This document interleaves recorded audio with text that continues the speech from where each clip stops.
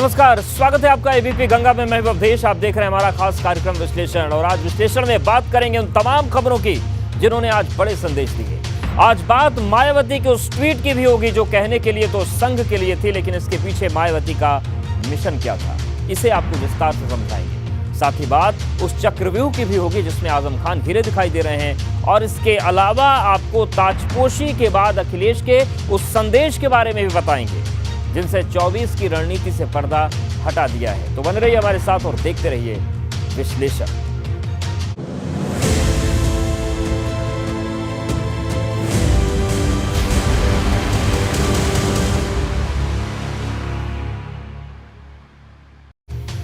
तो सबसे पहले बात करते हैं मायावती के इस ट्वीट की जिसने आज यूपी की सियासत को गरमा दिया। मायावती ने पीएफआई के खिलाफ हुई कार्रवाई को लेकर यह ट्वीट किया था, लेकिन उनका मकसद सीधे सीधे मुस्लिम वोटर को रिझाना था। यानी कि संघ के नाम पर मायावती अपने सियासी एजेंडे को खाद पानी दे रही थी। लेकिन सवाल है उनका ये प्लान कितना सफल हो पाएगा, क्योंकि मायावती के इस प्लान के बीच में अखिलेश यादव खड़े हैं।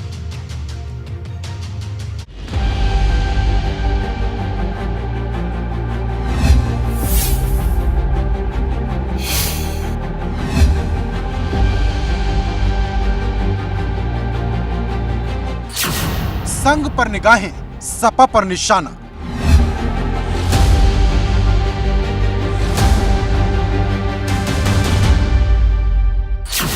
आरएसएस के नाम पर माया का मुस्लिम प्लान।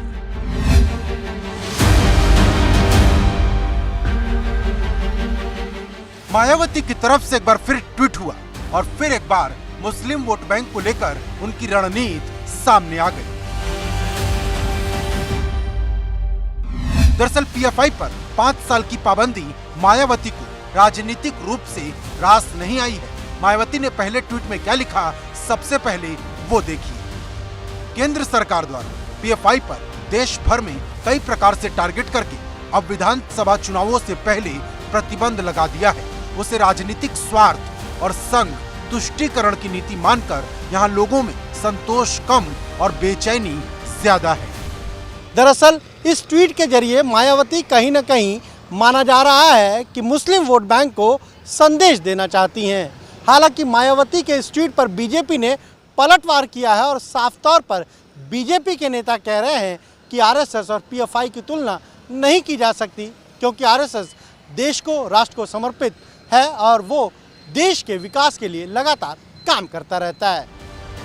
मायावती किन लोगों की बात कर रही हैं, ये बहुत आसानी से समझा जा सकता है, लेकिन यहाँ सवाल ये है कि बेचैनी किसे ज्यादा हो रही। क्या उन सियासी दलों को जो मुस्लिम वोट बैंक के लिए हर रोज गुड़ा भाग लगा रहे, या फिर उन आम मुसलमानों को जिन्हें पीएफआई जैसे संस्थान से कोई लेना देना ही नहीं था। मायावती ने अपने दूसरे ट्वीट में जो लिखा वो राजनीतिक बेचैनी को और ज्यादा दिखाता है। यही कारण है कि विपक्षी पार्टियां सरकार की नीयत में खोट मानकर इस मुद्दे पर भी आक्रोशित और हमलावर हैं, और आरएसएस पर भी बैन लगाने की मांग खुलेआम हो रही कि अगर पीएफआई देश की आंतरिक सुरक्षा के लिए खतरा है तो उस जैसी अन्य संगठनों पर भी बैन क्यों नहीं लगना चाहिए। यानी मायावती ने पीएफआई और आरएसएस को एक जैसा बता दिया। यही नहीं, उन्होंने विपक्षी पार्टियों की हाँ में हाँ भी मिलाई।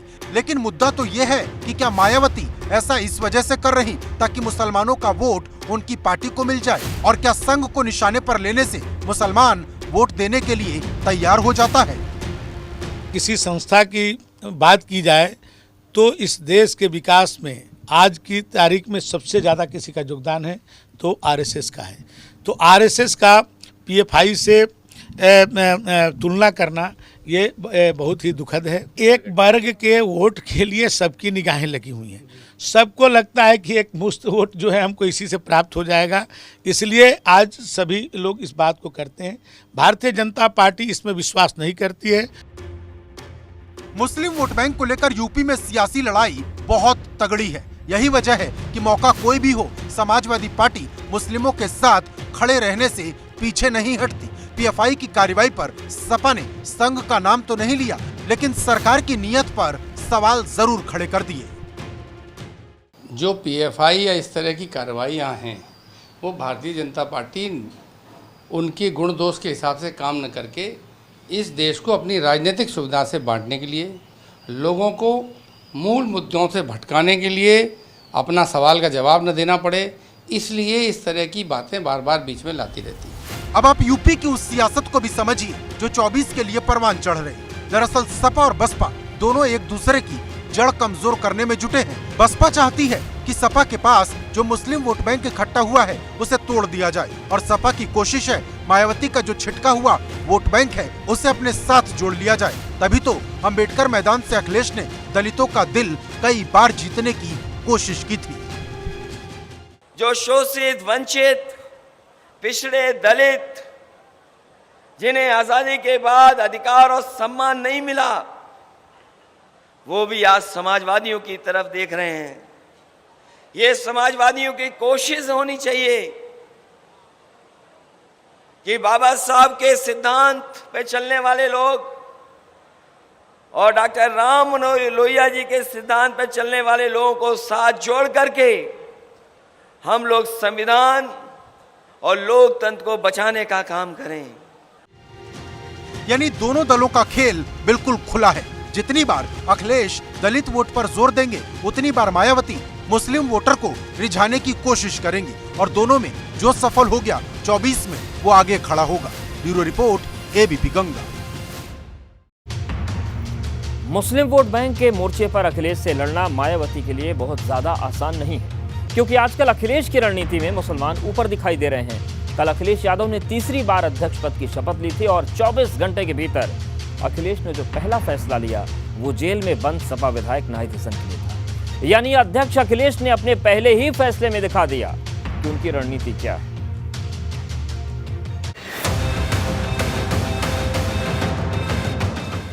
मुस्लिम वोट की लड़ाई, नाहिद हसन की याद आई। अध्यक्ष अखिलेश का हसन वाला पहला फैसला। पूरे उत्तर प्रदेश में बड़े पैमाने पे चिन्हित कर करके और पूरा प्लानिंग के प्लानिंग करके कि किन लोगों के साथ और किन को जेल भेजना है।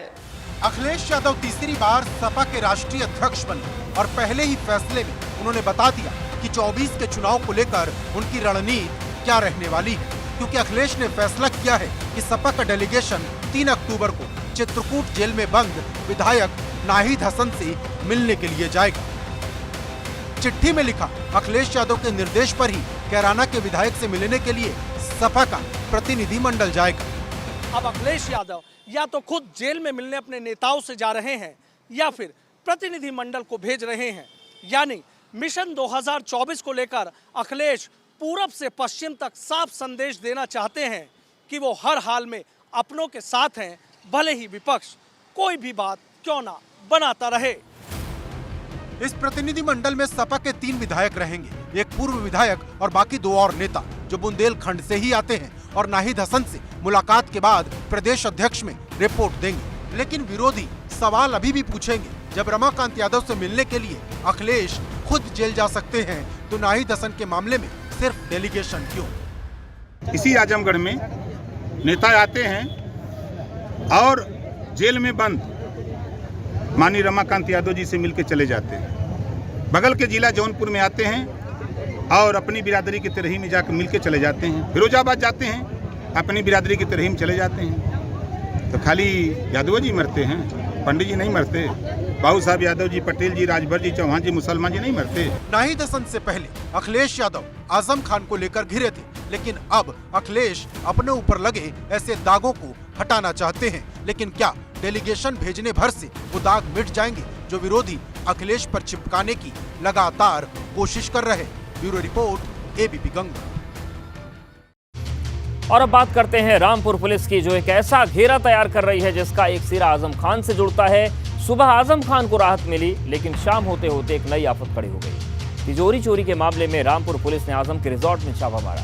हालांकि इस छापेमारी में मिला कुछ नहीं, लेकिन आजम की परेशानी बढ़ गई है, क्योंकि ये जो छापा था ये उस तिजोरी से जुड़ा हुआ है जो नगर पालिका की बताई जा रही है। इससे पहले जवाहर यूनिवर्सिटी में जिस तरीके से सफाई की मशीन मिली, आलिया मदरसे से जुड़ी किताबें और फर्नीचर मिलने की बात सामने आई, दीवारों को तोड़कर उन चीज़ों को निकाला गया। ऐसे में सवाल बड़ा है कि क्या आजम के लिए एक नया हंगामा हमसफर में खड़ा होने वाला है।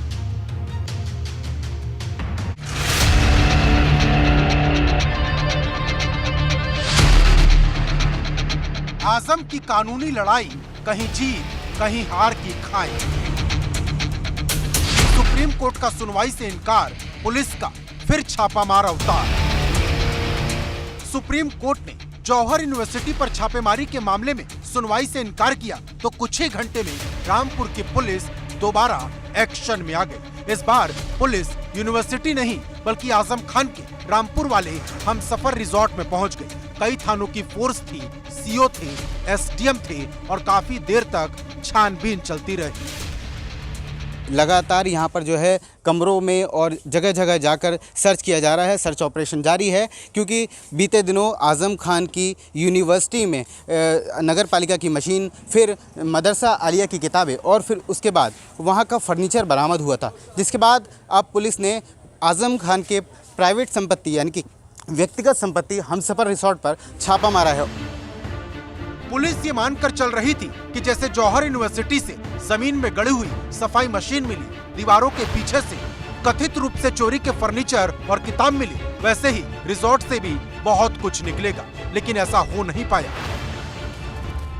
हमसफर रिजॉर्ट में पुलिस ने मुखबिर की सूचना पर छापा मारा था। दरअसल पुलिस 2005 में चोरी हुई नगरपालिका की तिजोरी ढूंढने पहुंची थी, लेकिन सर्च ऑपरेशन के बाद पुलिस के हाथ खाली रहे। इससे पहले पुलिस ने जौहर यूनिवर्सिटी में पड़ताल के लिए सर्च वारंट मांगा था, लेकिन कोर्ट ने रामपुर पुलिस की इस मांग को खारिज कर दिया था।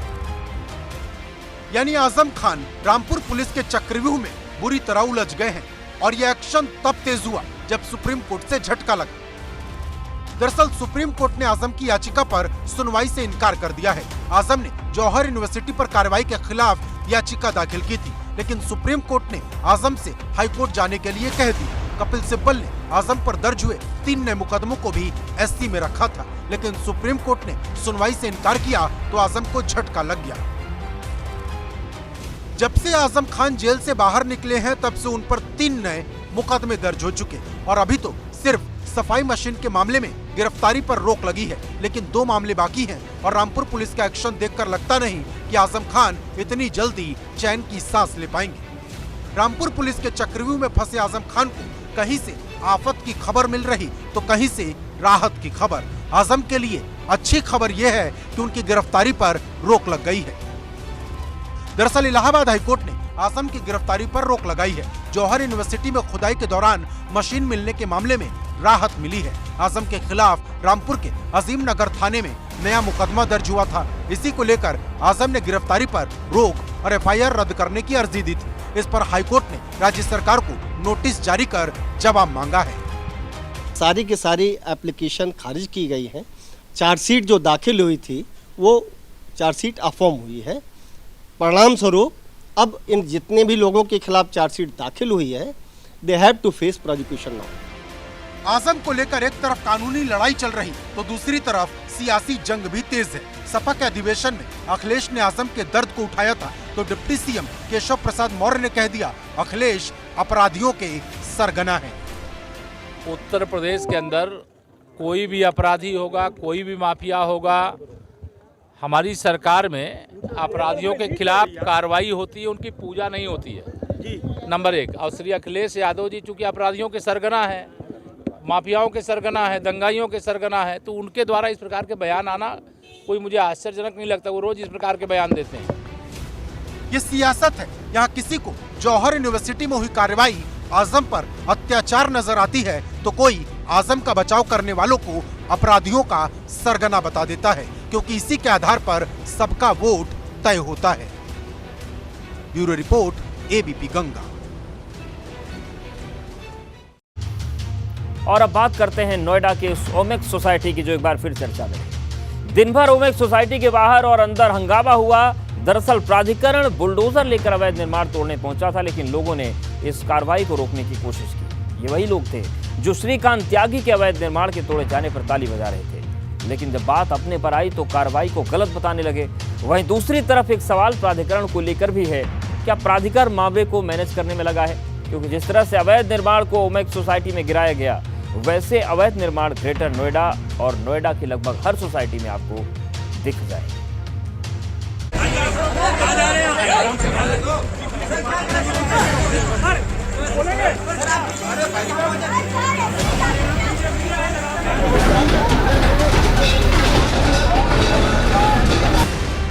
बुलडोजर का बराबर इंसाफ, फिर अवैध निर्माण हुए साफ।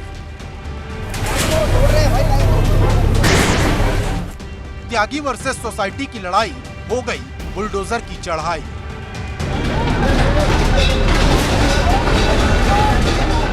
नोएडा के सेक्टर 93 की ओमेक्स सोसाइटी में एक बार फिर प्राधिकरण की टीम बुलडोजर लेकर पहुंची, लेकिन इस बार बुलडोजर के निशाने पर श्रीकांत त्यागी का घर नहीं बल्कि उन लोगों का घर था जिन्होंने अवैध निर्माण कर रखा था। भारी हंगामे के बीच बुलडोजर ने अपना काम शुरू किया और एक झटके में कई अवैध निर्माण जमींदोज कर दिए।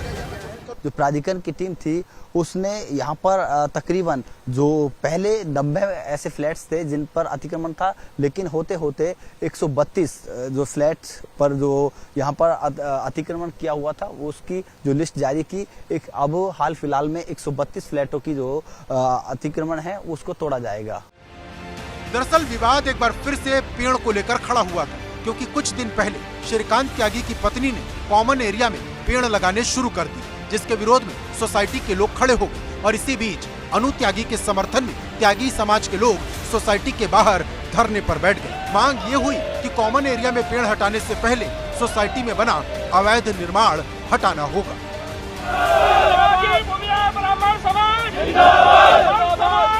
मामला गर्माता रहा और इसी बीच नोएडा अथॉरिटी ने अवैध निर्माण करने वालों को 48 घंटे का अल्टीमेटम दिया। शुक्रवार को अल्टीमेटम की समय सीमा समाप्त हुई तो अधिकारी बुलडोजर लेकर पहुंच गए। कार्रवाई तो हुई, लेकिन इस कार्रवाई से पहले ड्रामा और हंगामा भी खूब हुआ। नथिंग इज बीइंग इशूड, कोई रिटर्न में हमारे पास कुछ भी नहीं आया था कि भी हमारा इलीगल, वो हम लोगों को बोल रहे हैं वो इलीगल है। दैट इज नॉट इलीगल, वो प्रॉपर लीगल है और वो हमारे पास उसका है नोट, हमारे पास प्रॉपर डॉक्यूमेंट है उसका कि भी वो अप्रूव्ड है ऑलरेडी। हम तो 10 महीने पहले ये घर खरीदा है, अगर ये इलीगल था तो बताना था ना। और इलीगल कैसे है जब हमने पे करा है बालकनी के चार्जेस। लिटरली तुगलकी फरमान होता था ना, कभी वो दिया गया हमें माइक के एक कॉर्नर में जाके। You want to kill people? Ritu Maheshwari ji, kill me first. You have to kill me first.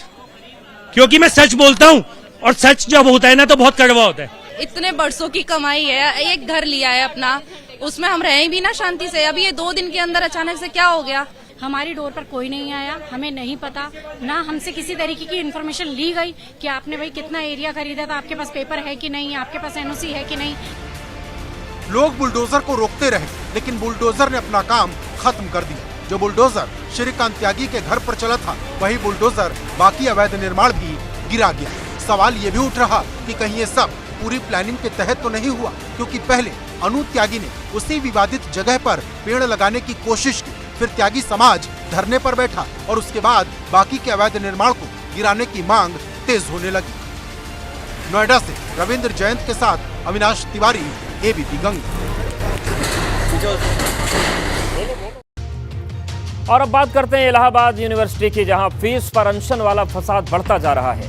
University में दशहरे की छुट्टी हो चुकी है, लेकिन छात्र घर जाने को तैयार नहीं है। उन्होंने साफ कह दिया है कि जब तक फीस बढ़ोतरी का फैसला वापस नहीं होता तब तक वो पीछे नहीं हटेंगे।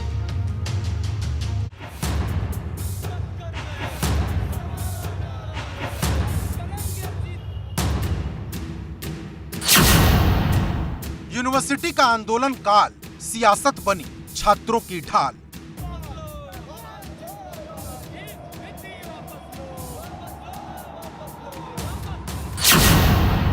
छात्रों का आमरण अनशन सिस्टम से सबसे बड़ी अनबन।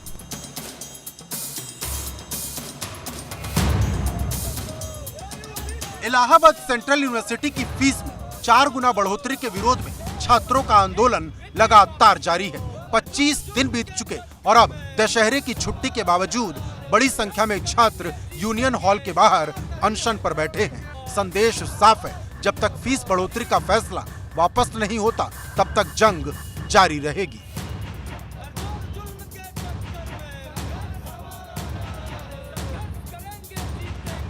आमरण अनशन पर बैठे 2 छात्रों की तबीयत भी बिगड़ गई। डॉक्टर को बुलाकर मेडिकल चेकअप हुआ। छात्रों ने साफ कह दिया कि ना तो उनका हौसला टूटेगा और ना ही इरादा बदलेगा। यह आंदोलन ऐसे ही चलता रहेगा। प्रशासन जो है इनसे बातचीत करने को कतई तैयार नहीं है। तमाम शर्तें लादी गई हैं, इस वजह से बातचीत नहीं बन पा रही है। लगातार हमारे साथियों की तबीयत खराब होती जा रही है। आप देख रहे हैं किसी के नाक से ब्लड आ जा रहा है, किसी के मुंह से ब्लड आ जा रहा है और इलाहाबाद विश्वविद्यालय कोई सुध नहीं ले रही है। हमें अपना प्राण भी त्यागना पड़े इस फीस वृद्धि वापसी के लिए, जो हजारों हजार वंचित तबके के छात्र हैं उनकी शिक्षा के लिए, तो हम हंसी खुशी अपना प्राण त्याग देंगे। जब तक फीस वृद्धि वापस नहीं होगी तब तक अपने प्राण त्यागने के लिए हम तैयार हैं, लेकिन फीस वृद्धि कतई बर्दाश्त नहीं की जाएगी। सबसे बड़ी बात कि अगर विश्वविद्यालय प्रशासन जवाब नहीं देता है तो शिक्षा मंत्री मौन क्यों हैं? 2 दिन पहले यूनिवर्सिटी की तरफ से बातचीत की कोशिश हुई थी, लेकिन शर्तें रखे जाने के चलते बातचीत आगे नहीं बढ़ सकी। वहीं कांग्रेस के किसान प्रकोष्ठ के अध्यक्ष और उपाध्यक्ष अनशन स्थल पर पहुंचे और अनशन में शामिल होकर छात्रों का हौसला बढ़ाया। 25 दिन हो गया छात्रों के आमरण अनशन का, और ऐसी परिस्थिति में जब मेरे परिवार के बच्चे यहाँ आमरण अनशन कर रहे हैं तो इनके आंदोलन के प्रति तन मन धन से किसान कांग्रेस समर्पित है। सियासत छात्रों की ढाल बन गई है, लेकिन क्या सियासत छात्रों को उनके लक्ष्य तक पहुंचा पाएगी? प्रयागराज से मोहम्मद मोइन, एबीपी गंगा।